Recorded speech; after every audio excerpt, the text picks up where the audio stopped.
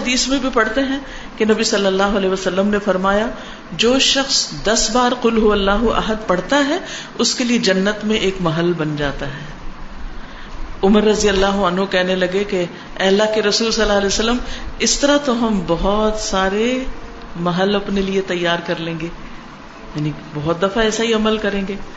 آپ نے فرمایا اللہ کے پاس اس سے بہت زیادہ ہے، بہت اچھا ہے، یعنی تمہارے گمان سے کہیں زیادہ ہے اس کے پاس.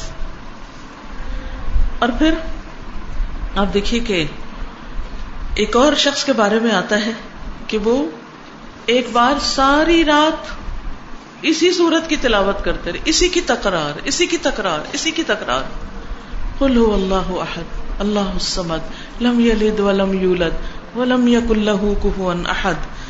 اور حقیقت یہ ہے کہ اگر آپ کسی وقت دعا کرنا چاہیں اور اللہ کے قریب ہونا چاہیں، اللہ تعالیٰ کی قدرت اور عظمت کا احساس اپنے دل میں بٹھانا چاہیں تو آپ کو کیا کرنا چاہیے؟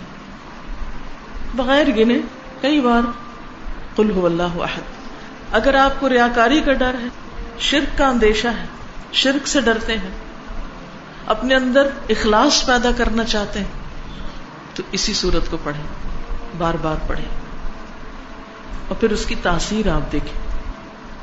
یہ کرنے سے پتہ چلتا.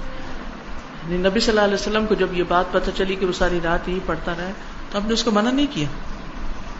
اس لیے اگر کوئی اس کو ایک سے زیادہ بار پڑھتا ہے تو کوئی منع نہیں ہے، لیکن اس کے لیے کوئی جگہ، کوئی وقت، کوئی گنتی، کوئی ہنسا کچھ مقرر نہیں. کیونکہ ایک ہی آیت کا یا ایک سورت کا بار بار پڑھنا انسان کے اندر اس کا فہم زیادہ کرتا ہے، اس کے اندر غور و فکر اور تدبر زیادہ ہو جاتا ہے. تدبر کے لیے تکرار چاہیے ہوتی، بار بار پڑھو.